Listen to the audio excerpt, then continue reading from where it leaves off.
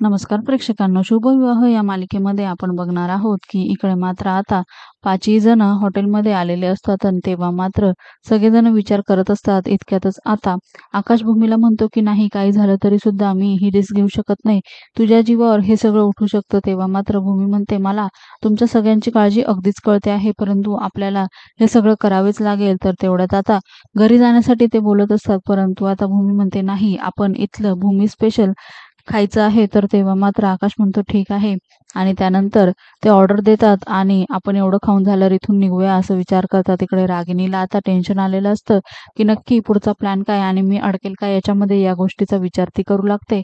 येणाऱ्या भागांमध्ये आपण बघणार आहोत की आता भूमी मात्र रागिणीला पुन्हा एकदा वॉर्निंग देते, मी तुम्हाला शेवटचं सांगते आहे, आता तर खरं काउंटडाऊन सुरू झालेलं आहे. माझी इच्छा आहे की तुम्ही मात्र इथनं निघून जावं. परंतु आता रागिनी तिचं बोलणं फक्त ऐकत असते आणि रिॲक्ट होत नाही आणि तिच्या बोलण्याला घाबरतही नाही. परंतु भूमीने मात्र आता रागिनीला पुन्हा एकदा वॉर्निंग दिलेली असते.